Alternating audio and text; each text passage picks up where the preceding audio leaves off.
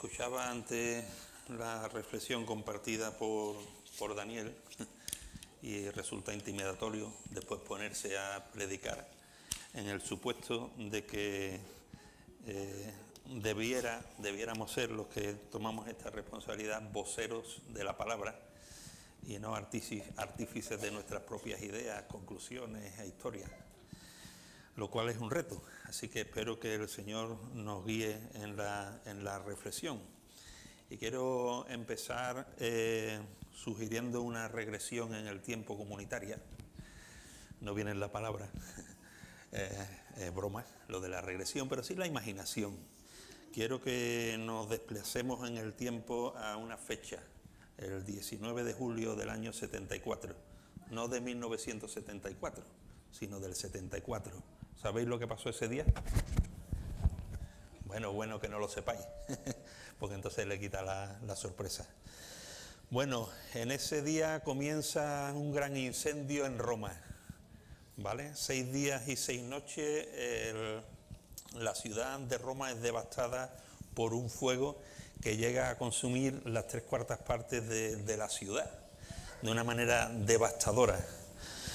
No se sabe con certeza qué ocurrió o qué es lo que inició ese fuego. Algunos historiadores lo atribuyen directamente a Nerón en sus historias raras y su cabeza dislocada.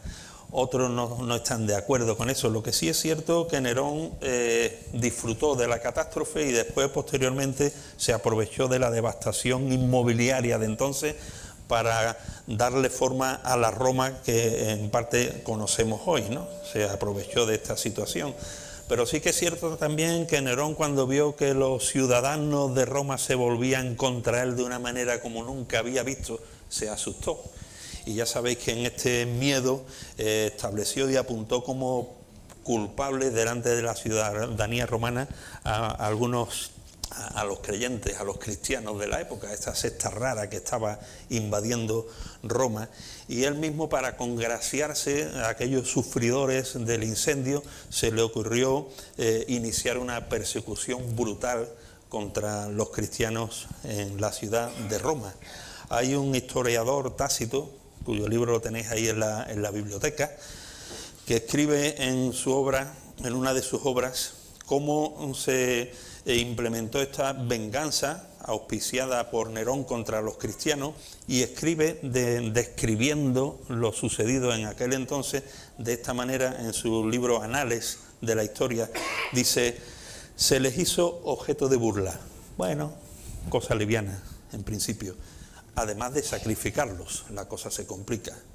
¿Cómo llevaron adelante este sacrificio? Dice: los cubrían con pieles de animales para entregarlos a ser devorados por perros furiosos. Y además los crucificaban. Y otros fueron quemados como antorchas humanas, empapadas en brea e incendiadas, para iluminar los jardines de Nerón en espectáculos nocturnos. El escenario es dantesco. Es tremendo. Esto hace que muchos creyentes, muchos cristianos de la época en Roma, huyan de sus hogares o de lo que quedaba de sus hogares, de sus negocios, con pérdidas de animales, con pérdidas de familia, a refugiarse en otras partes del mundo, y quedan en un limbo de la nada, expatriados y dispersos, muchos de ellos en Ponto, Galacia, Capadocia, lejos de allí, en Asia, en Bitinia. Imagina por un momento, si has conectado con esta imagen, que tienes la oportunidad y la responsabilidad de dirigirte a estos hermanos sufrientes. Han perdido todo lo que tienen, han perdido hijos, padres, familia, están en la nada, expatriados, dispersos, con un horizonte absolutamente oscuro delante de ellos, y tú tienes la responsabilidad de escribirles algo. ¿Qué les dirías? ¿Qué les escribirías? ¿Tendrías quizás palabras? ¿Cuáles serían las palabras que buscarías para fortalecer sus corazones viendo la injusticia que están sufriendo? Bueno, este dilema que te presento es el dilema que tuvo Pedro cuando escribe su primera carta. Este es el espectáculo dantesco que tiene en su mente y que alumbra su corazón. Hermanos sufrientes de un auténtico holocausto. Y tiene la responsabilidad de escribirles, y seguro que él se decía lo mismo que les digo. Pero el Espíritu Santo le inspira con palabras para dar respuesta a esta duda y guía al apóstol Pedro a escribir la primera carta. Y quisiera que tomáramos en cuenta algunas palabras de esta primera epístola en su capítulo primero, 16 primeros versículos, aunque haremos un paréntesis en la lectura. Y dice el texto así, teniendo el foco en el contexto que hemos alumbrado, ¿vale? Pedro, apóstol de Jesucristo, saluda, leo en la versión 2020, saluda a los que viven como expatriados, dispersos en el Ponto, Galacia, Capadocia, Asia, Bitinia, que fueron elegidos según el propósito de Dios Padre y santificados por el Espíritu para obedecer a Jesucristo y ser purificados con su sangre. Gracia y paz os sean multiplicadas. Esta es la cabecera. Y ahora dice, bendito sea el Dios y Padre. Qué forma más curiosa, ¿verdad?, de empezar.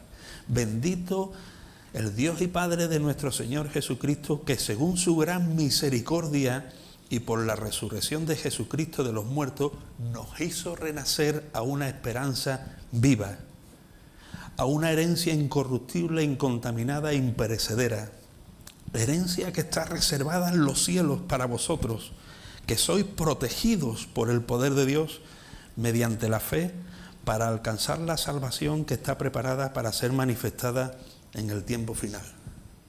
Punto y aparte. Y sigue. Por lo cual vosotros os alegráis. Por lo cual vosotros os alegráis. No se me ocurriría a mí hablar de alegría a estos hermanos. Aunque ahora por un poco de tiempo, si es necesario, tengáis que ser afligidos en diversas pruebas. Si el oro, que es perecedero, se prueba con fuego, ¿cuánto más vuestra fe, que es de más valor, debe ser sometida a prueba? Así, al ser probada, vuestra fe se convertirá en motivo de alabanza, gloria y honra cuando sea manifestado Jesucristo.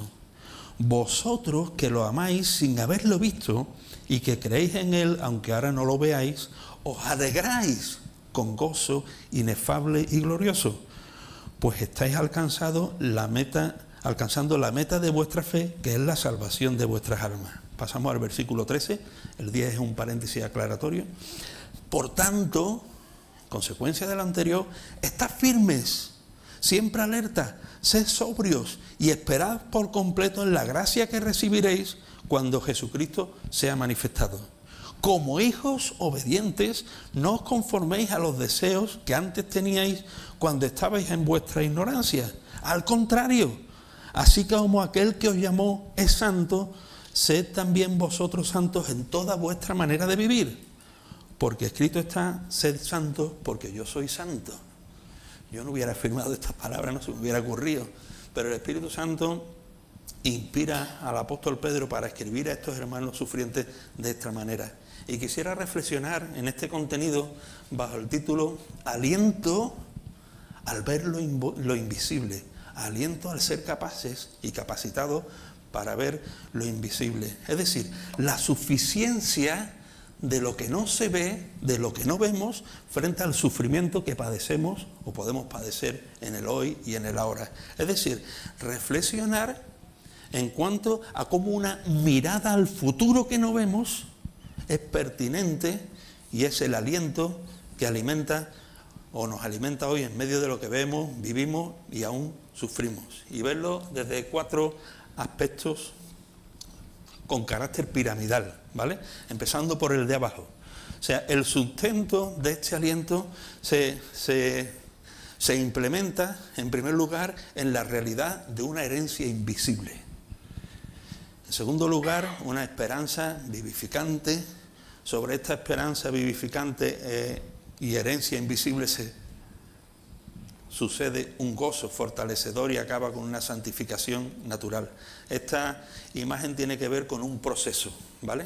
Cada paso es un escalón que se sustenta en el anterior. Y además decir también que en este esquema veis que la parte de herencia invisible es la mayor, en el tiempo también va a ser la mayor. Así que si estáis calculando el tiempo que nos queda entre 4, se corresponde a 7 minutos cada uno, no echéis cuenta, porque casi todo el tiempo va a ser en la primera parte, ¿vale? Así que lo primero que el apóstol Pedro les está diciendo a estos hermanos sufrientes en extremo, como posiblemente no hayamos sufrido ni vayamos a sufrir ninguno de nosotros, es que tienen que tener la capacidad de contemplar algo que no ven. Y es la realidad de una herencia invisible. Ahora, cuando hablamos de herencia, una de las características generales de las herencias es la incertidumbre, ¿verdad?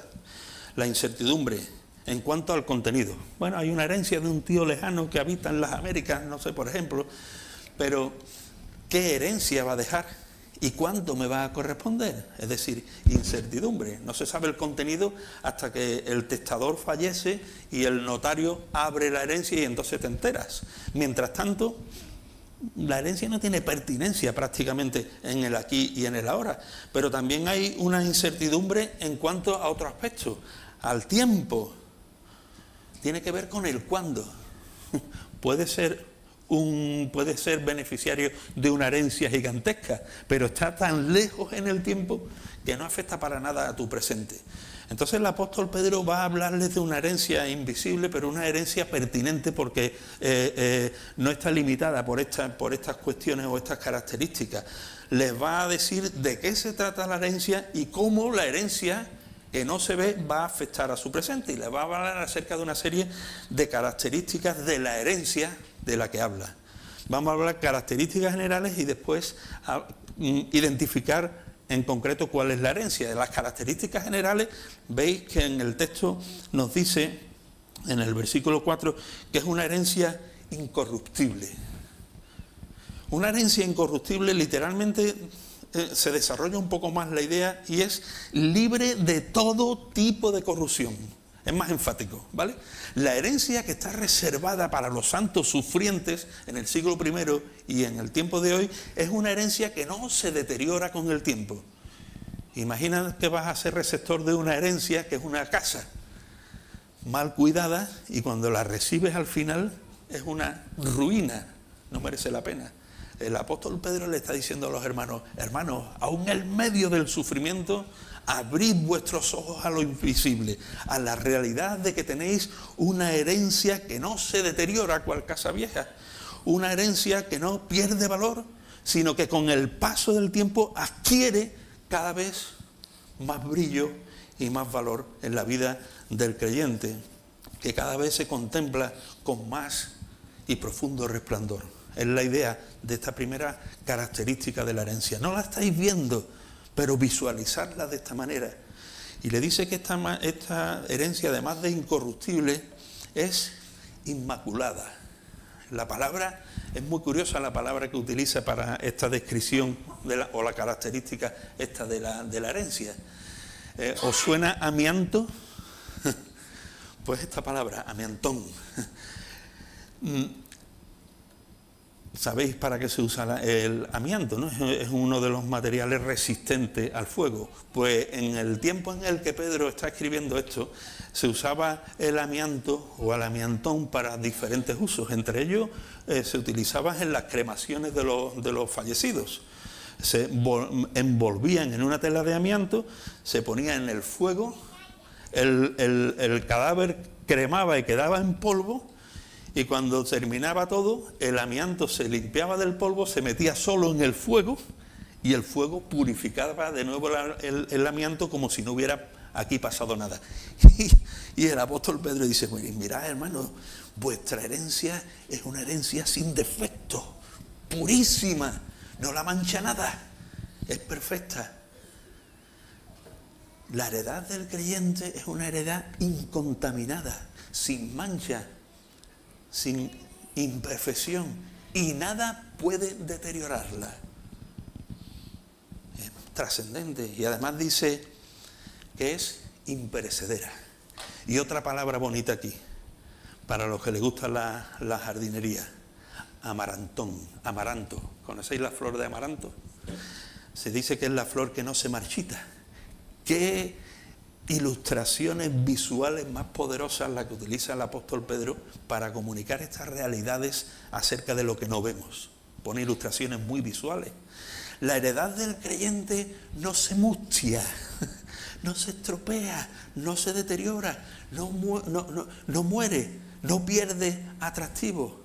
Es permanente, es inmutable como Dios mismo. Es la idea otra vez. Y en último lugar dice el versículo 4 al final, herencia que está reservada en los cielos. Porque todas estas características son interesantes, pero esta es definitiva. Esta herencia con estas características está reservada en los cielos para vosotros.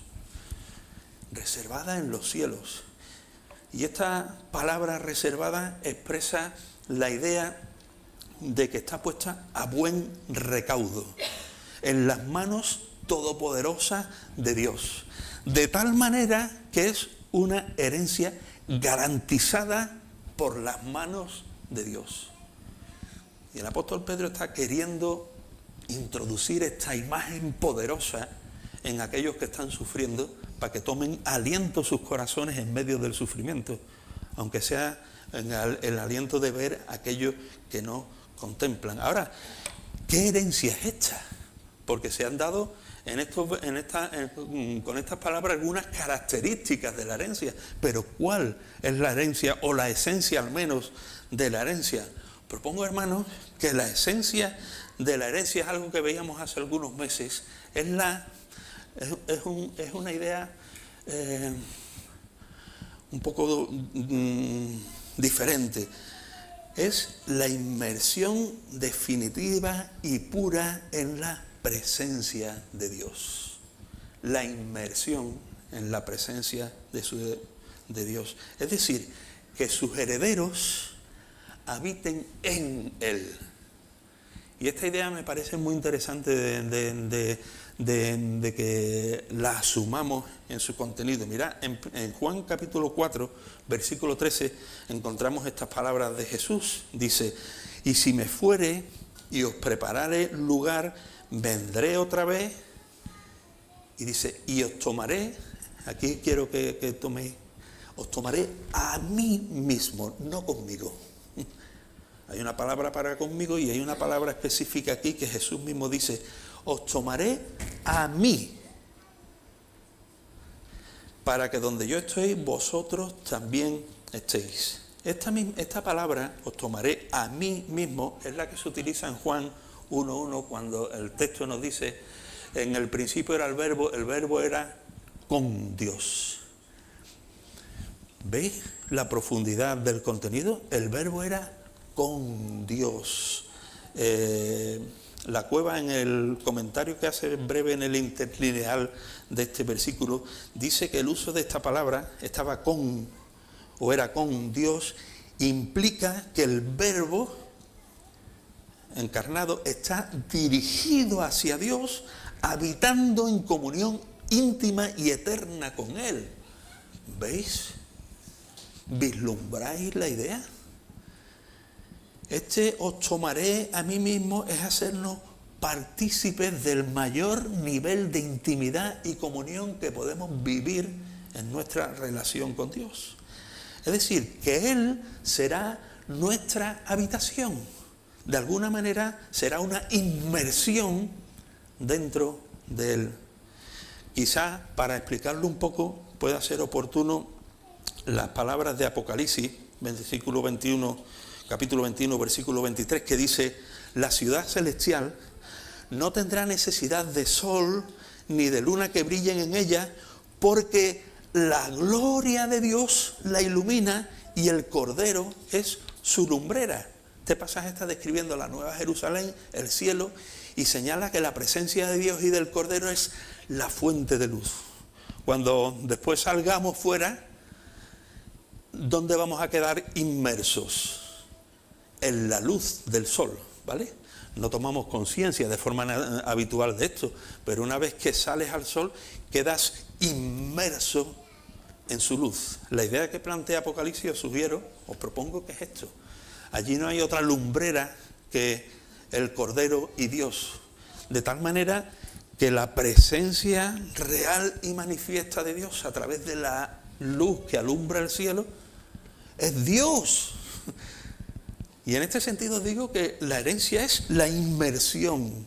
O sea, cuando tú te metes haces una inmersión en el agua y haces algo de submarinismo que sea así a pulmón, quedas inmerso no quedas fusionado con el mar, ¿vale? No es una fusión en la identidad divina, pero sí una inmersión profunda en ella. Y la realidad final de la herencia es esta, la vida en plenitud en la presencia del Señor, que satisfará plenamente todos nuestros deseos y anhelos. Es lógico que el apóstol Pedro diga: mirad, hermano, es una herencia incorruptible, incontaminada, imperecedera, reservada en los cielos. Mirad, abrid los ojos a esta realidad espiritual trascendente, porque esto alentará a vuestras almas en medio del holocausto y de vuestro sufrimiento. Y es más, les dice que siendo esta la esencia de la herencia por venir, hay una garantía, nos habla la Escritura. Me he dejado de pasar alguna de esto. Garantía de la herencia o las arras de esta herencia. Si la recesión definitiva y futura de la herencia es la inmersión en la presencia de Dios, mientras que ese momento cumbre en el proyecto eterno de Dios llega, mientras tanto Él deja aquí su Espíritu Santo para que nosotros seamos habitación, ¿vale? Hay un cambio ahí interesante. Él nos hace habitación temporal de Dios por el Espíritu Santo. Dice en Efesios: en Él también vosotros, habiendo oído la palabra de verdad, el Evangelio de vuestra salvación, y habiendo creído en Él, fuisteis sellados con el Espíritu Santo de la promesa. ¿Qué es esto? Es las arras, las garantías, el anticipo de vuestra herencia hasta la redención de la posesión adquirida, hasta que la tengáis por completo.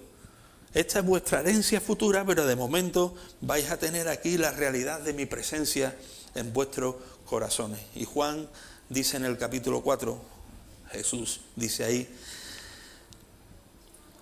leo el texto entero: yo rogaré al Padre y os dará otro consolador para que esté con vosotros. ¿Veis en el contexto del consuelo? Para que esté con vosotros para siempre. ¿Quién? El Espíritu de verdad, al cual el mundo no puede recibir porque no le ve. Otra vez la tesitura entre lo que ve y lo que no se ve. Ni le conoce. Pero vosotros le conocéis, ¿por qué? Porque mora con vosotros y estará con vosotros. Así que cuando tú hoy tienes experiencias de intimidad con el Señor en lo comunitario y en lo privado, es un pequeño anticipo de lo que está por venir en estado pleno. Dios en el heredero, que somos nosotros, por su Espíritu. Ahora, esto es muy bonito, esta realidad.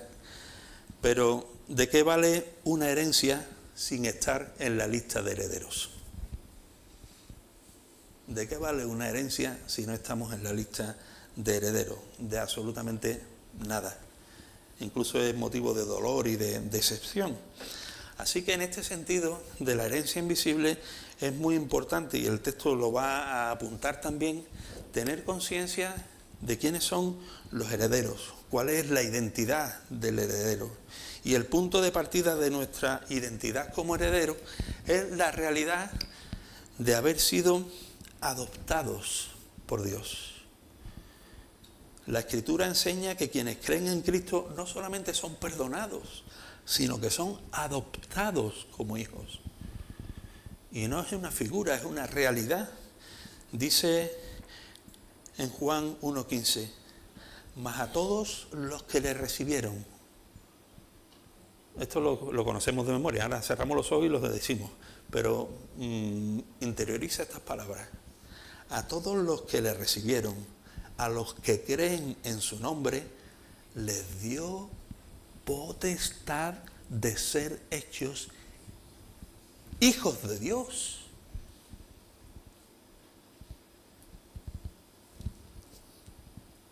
Tú y yo, hijos de Dios, ¿cómo se traga eso? del Dios eterno, del Dios que es espíritu, que el universo entero no lo puede contener en su grandeza, que se manifiesta para que medio lo entendamos en el tiempo y en el espacio del hombre a través de Jesús. Y dice que a los que le reciben, los que creen en su nombre, les da potestad de ser hechos hijos de Dios. Y dice en Gálatas, Dios envió a su Hijo para redimirnos. Y ahora tenemos el espíritu de adopción que clama, Abba, Padre. Tú y yo podemos mirar al cielo, al Dios eterno, incontenible, y decir, Papaíto, Abba, Padre. Y esto significa que ya no somos extranjeros ni advenedizos, somos hijos de Dios. Y si hijos, ¿qué? También herederos. Dice el versículo que acabo de mencionar, si hijos, también herederos, si es que padecemos juntamente con Él, para que juntamente con Él seamos glorificados. Herederos de Dios implica que recibiremos lo que Él ha prometido. Hijos, herederos y coherederos con Cristo. ¿No te quedas sobrecogido? Hijo de Dios, heredero de Dios, coheredero con Cristo. Dice coherederos con Cristo. Ser coherederos significa que compartimos con Cristo la herencia. ¿Qué significa esto? Que lo que Cristo posee por derecho eterno, lo posees tú y lo poseo yo. ¿Cómo puede ser esto? Coherederos con Cristo. Y además, en el versículo 4 dice, esta herencia está reservada en los cielos. Porque fijaos, aunque esta herencia sea tan grande y seamos hijos, herederos y coherederos, si no hay alguien que guarde todo esto, no vale para nada tampoco. Así que somos protegidos por Dios. La herencia, dice el versículo, está reservada en los cielos para vosotros. ¿Para vosotros qué? Que sois guardados. O sea, no solamente la herencia está a buen recaudo, sino que tú y yo, como hijos, herederos y coherederos, estamos protegidos por Dios. Es la cuadratura del círculo, hermano. Y aquí utiliza el apóstol Pedro cuando dice protegidos por el poder de Dios. Hay diferentes palabras que podía utilizar, pero utiliza un término militar de los más extremos. Rodeados de una guardia para la protección absoluta. Lo perdemos el sentido cuando vemos solamente es protegido. No. Es una guardia especial que se preocupa por guardar hasta lo sumo lo que está protegiendo. Es decir, hijos, herederos, coherederos, protegidos y guardados por Dios para alcanzar la herencia. La herencia está protegida y los herederos estamos protegidos. Aunque nos hayan puesto una piel de cabra y nos haya devorado el brazo un perro salvaje. Protegido la herencia, protegido el heredero. Ahora, ¿qué ocurre cuando tú y yo y los primeros receptores somos capaces de ver esta realidad que es invisible? Pues que aparece la realidad de una esperanza vivificante, esperanza, que hace al apóstol Pedro gritar, entre comillas, de esta manera: bendito sea el Dios y Padre de nuestro Señor Jesucristo, que según su gracia, su gran misericordia y para la resurrección de Jesucristo, nos hizo renacer a una esperanza viva, a una herencia. Ya sigue pero este es el inicio. ¿Dónde se fundamenta entonces la realidad de tener una herencia guardada por Dios y que nosotros seamos guardados por Dios y que esto traiga esperanza en medio de la tribulación más extraordinaria? Se basa en la realidad del carácter de Dios, que es inmutable. dice, según su gran misericordia. Podemos estar tranquilos. Nuestra herencia, que no se ve, está en buenas manos. Nosotros estamos en buenas manos, porque no depende de nosotros mismos, sino del carácter misericordioso e inmutable de Dios. Samuel Pérez Millo dice, la misericordia es el amor motivado por la miseria del que se ama. A Dios le motiva nuestra miseria, nuestra debilidad. Su misericordia no tiene origen en algo que nosotros hagamos o merezcamos. Fluye de su propio carácter. Y Él nos rodea con esa misericordia. Y esto, lógicamente, ¿qué hace? Trae esperanza, hermanos. En medio del dolor y del sufrimiento. Contemplar nuestra herencia trae esperanza. Porque se sustenta en el carácter inmutable, compasivo y misericordioso de Dios. No en ti ni en mí. Y además dice el texto, o habla el texto de la resurrección de Jesucristo. No solamente el carácter de Dios, sino el poder de Dios. Porque yo puedo ser muy bueno, pero no tener el poder para ejercer bondad. Pero aquí estamos hablando de las dos caras de la misma moneda. La esperanza viva y vivificadora que trae a nosotros contemplar estas cuestiones invisibles se sustentan en el carácter de Dios y en el poder de Dios. Jesús dice, yo soy la resurrección y la vida. El que cree en mí, aunque esté muerto, vivirá. Y todo aquel que vive y cree en mí no morirá eternamente. Así que la cuestión es esta. Tenemos una herencia incorruptible, inmaculada, imperecedera, reservada en los cielos, y esto ha de hacer renacer en nosotros una esperanza viva que se sustenta en la gracia del Señor, su misericordia y su poder. Y cuando somos capaces de articular estos contenidos y tomar profunda conciencia de estas realidades invisibles, esto trae consigo una forma diferente de mirar a la prueba. ¿Veis cómo todo casa? Cuando esto que contemplamos es una realidad en nosotros, somos capaces de, como dice el versículo 6, tomar conciencia de que la prueba es temporal. Dice, por lo cual vosotros os alegráis, aunque ahora por un poco de tiempo tengáis que ser probados.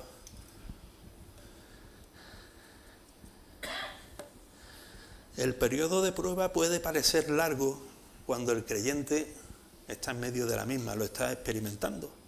Pero aún si la prueba durara toda la vida, si tenemos la capacidad de mirar lo invisible, resultará insignificante a la luz de la heredad eterna que nos está reservada en los cielos. Yo tengo que confesar que este era uno de los recursos de mi padre. Para un rato que estamos aquí, y me sentía muy mal. No me gustaba ese recurso. Pero seguramente él estaba en una dimensión que veía lo invisible y yo no lo estaba viendo. Cuando somos capaces de contemplar nuestra inmersión eterna en la presencia del Señor, todo esto cambia. Dice el salmista en un texto que en parte hemos cantado, por la tarde durará el lloro, pero a la mañana vendrá la alegría. Es decir, tenemos que ser capaces de mirar y ver lo invisible para tomar conciencia de que la prueba, aun dura, es temporal. Además, esto nos va a permitir de tomar conciencia de que la prueba es condicional. Dice el versículo 6, por un tiempo, si es necesario. Es decir, que cuando tú y yo estamos siendo probados en algo, en enfermedad, en dificultad de relaciones, en paro, en dificultades económicas, en muerte, es por necesidad. No es un accidente. Es que el Señor permite esa prueba porque nos hace falta. Por nuestra propia necesidad. Porque hemos de aprender algo. Porque hemos de ser transformados de una manera especial. Y de tal manera que sin esas pruebas, aunque sea prueba dura, no vamos a aprender lo que Él quiere. Y esta necesidad la observa la sabiduría de Dios y provee la prueba como un recurso para la instrucción, según la necesidad. Así que te encuentres en la prueba que te encuentres, nos encontremos en la prueba que nos encontremos, si tenemos una mirada hacia lo invisible, hemos de decir, ¿qué necesidad está intentando Dios solventar en mi vida a través de esta prueba? ¿Por qué? Porque si ha llegado es porque es necesaria. Eso lo cambia todo. Eso lo cambia todo. Además, si somos capaces de mirar de esta manera, viendo que el objetivo es transformarnos a la imagen de Jesús, veremos cómo tiene sentido también la siguiente característica de la prueba. Dice, diversas pruebas. Pongo ahí la palabra específica. Literalmente, la raíz de esta palabra es policromía, de muchos colores. Diversas pruebas, pruebas de muchos colores.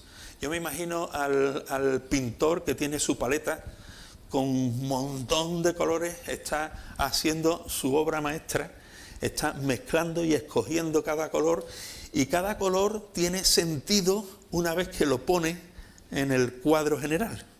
¿Me explico?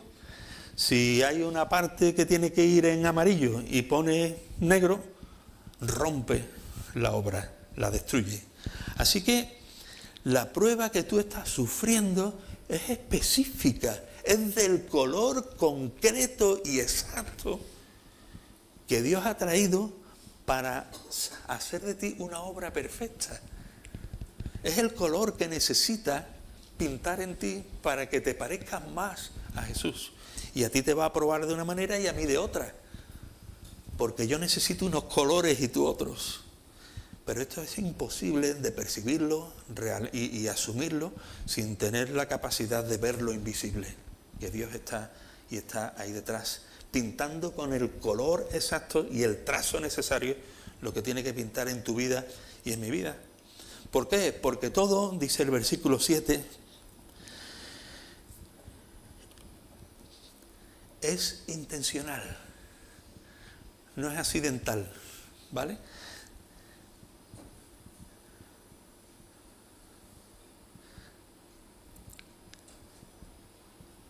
Dice, si el oro, que es perecedero, se prueba con fuego, cuanto más vuestra fe, que es de más valor, debe ser sometida a prueba.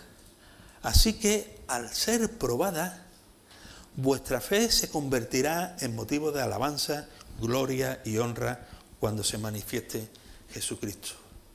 En última instancia, la prueba de nuestra fe, una vez afinada y perfeccionada, concluye en un motivo de alabanza, de gloria y de honra.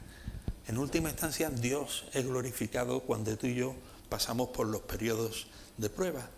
Y esto nos lleva al siguiente escalón, penúltimo, del proceso.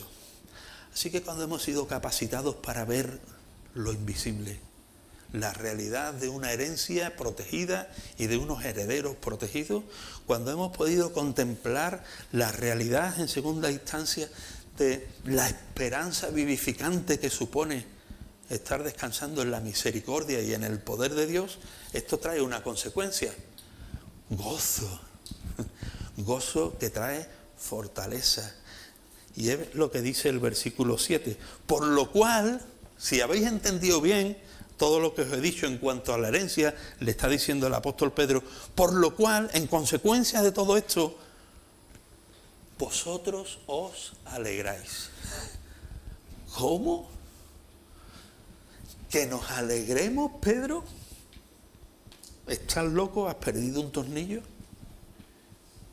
Por lo cual vosotros os alegráis. Y Pedro dice, sí, si habéis sido capacitados para ver lo invisible, aún expatriados, dispersos, abandonados, sin horizonte, vosotros os alegráis al ser capacitados por Dios para ver lo invisible. Pero por si no se han enterado con esta primera alusión a alegraos, dice el versículo 8 y 9, vosotros, esto está todo configurado raro, yo lo hice bien, vosotros que lo amáis sin haberlo visto y que creéis en él aunque ahora no lo veáis, dice, os alegráis, pero no como antes ha dicho solamente, no en lo cual vosotros os alegráis, me he quedado corto, me parece que no me están entendiendo, dice Pedro, os alegráis con gozo inefable y glorioso, pues estáis alcanzando la meta de vuestra fe, que es la salvación de vuestras almas. Una palabra rara, inefable, ¿quién la usa habitualmente? Nada. Bueno, inefable literalmente aquí sería indecible, indescriptible. Antes les ha dicho, en lo cual vosotros os alegráis, pero el gozo con el que os alegráis es un gozo indescriptible. El apóstol Pedro les está diciendo, no hay palabras para describir el grado de gozo que aún podéis vivir en medio de esta situación si tenéis la capacidad de ver lo invisible. Porque es un gozo de dimensión espiritual que está fuera del alcance y de la capacidad de la mente y la verbalidad del ser humano. Pero dice, con gozo inefable, indescriptible, me habré quedado corto. Dice, es un gozo glorioso. Pongo una cita que menciona Pérez Millo en un comentario de un autor que se llama José Alonso. Dice, hablando de esta expresión de gozo glorioso, dice, es como un resplandor, lo vamos a leer tranquilo porque tiene profundidad y es muy bonito el contenido y creo que es real.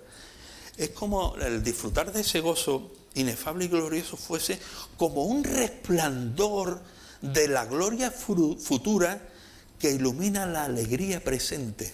Es decir, es como una conexión con el gozo que tendremos cuando recibamos por fin la herencia invisible, pero de alguna manera palpemos algo de esa realidad futura.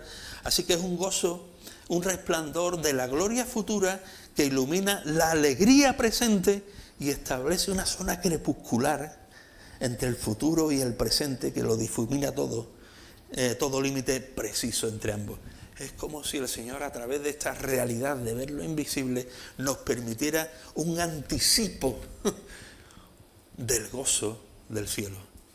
De tal manera que aún sufriendo, como estaban sufriendo estos hermanos, podían tener un gozo indescriptible, glorioso, porque estaban contemplando realidades invisibles superiores al sufrimiento presente. Creo que las palabras de Nehemías tienen sentido cuando él dice, no os entristezcáis, porque el gozo del Señor es vuestra fuerza en medio de la tribulación y la prueba. Es el gozo renovado, indescriptible y glorioso al contemplar la realidad invisible de la herencia de los santos en luz. ¿Y esto nos capacita para qué? Para la batalla. Y resulta curioso que hermanos sufrientes, dolidos, maltrechos, víctimas de un holocausto, el apóstol Pedro se le ocurre ahora terminar, y prácticamente terminamos también, con unas palabras que parece que están fuera absolutamente de contexto. Les llama como herederos a un compromiso radical a la batalla. Versículos 13, adelante. Por tanto, estad tranquilitos, juntitos, acogidos, llorad un poco. No, dice, por tanto, si habéis sido capaces de contemplar lo invisible, estad alertas, estad sobrios, esperad por completo en la gracia que recibiréis cuando Jesucristo sea manifestado. Como hijos obedientes, no hay excusa. Los perros os han comido a tu hijo de 3 años, se lo comió un perro. Y a tu hija o a tu mujer la quemó Nerón en una pila con brea. Y ahora el apóstol Pedro le dice, como hijos obedientes no os conforméis a los deseos que teníais antes cuando estabais en vuestra ignorancia. Al contrario, así como aquel que os llamó es santo, sed vosotros también santos en toda vuestra manera de vivir, porque escrito está, sed santos porque yo soy santo. Un llamado final tremendo, fuera de contexto, aparentemente, a la santidad. Y esto es así si tomamos conciencia de nuestra identidad y de nuestra herencia como herederos de Cristo. Esto es un proceso de santificación natural si tomamos esta conciencia y si somos vivificados por la esperanza en la misericordia y en el poder de Dios que levantó a Jesús de entre los muertos. Y esto va a ser un proceso de santificación natural si somos fortalecidos por el gozo indescriptible y glorioso de su persona. Por eso ponía el adjetivo santificación natural. Va a fluir. Si somos capacitados por el Señor para ver lo invisible, eso va a traer esperanza, va a traer fortaleza del gozo y nos va a capacitar para vivir en santidad. Os dejo con unos últimos versículos en Colosenses que dice: si pues habéis resucitado con Cristo, buscad las cosas de arriba, las que no se ven, donde está Cristo sentado a la diestra de Dios. Poned la mira en las cosas de arriba, no en las de la tierra. Poned la mira en las cosas de arriba, no en las de la tierra. Perdemos tiempo en nuestros negocios, en nuestros estudios, en nuestros proyectos, en nuestras cosas de la tierra. Perdemos el tiempo, la energía, el dinero, nuestro compromiso en lo que se ve, que se va a quedar aquí, por muy grande que sea. Y perdemos de vista la herencia eterna, que no se ve. Así que pongamos la vista en las cosas de arriba y no en las de la tierra. Que así sea. Señor, reconocemos nuestra ceguera en la manera, Señor, en que transitamos la vida, Señor, con nuestros ojos puestos en las realidades que se ven, Señor, en nuestro pequeño microcosmos, micromundo, Señor, puramente terrenal, con aspiraciones, proyectos y miedos y temores, Señor, que obedecen a tener una vista realmente atrofiada, Padre. Ayúdanos a contemplarte a ti, Señor, a poner nuestra vista en lo que no se ve, en tu reino, en tu herencia, en tu persona, Señor. Tú mismo como Dios eres espíritu y nadie te ha visto jamás, Padre. Señor, permite que pongamos nuestra vista en Cristo Jesús, Señor, el autor y consumador de la fe, Señor, el autor de nuestra salvación, Padre, el ejemplo a seguir. Ayúdanos, Señor, a mirar lo invisible, Señor, para ser capacitados por ti, Señor, a través de la esperanza, a vivir de una manera diferente, Padre. Te rogamos esto, Señor, y que tú sigas hablando por tu Espíritu, Señor, y trabajando en nuestros corazones en esta reflexión, Padre, de tu palabra, para que tú recibas finalmente gloria, honra y alabanza, Señor, a través de nuestras vidas. Te lo rogamos en el nombre de tu Hijo Jesucristo.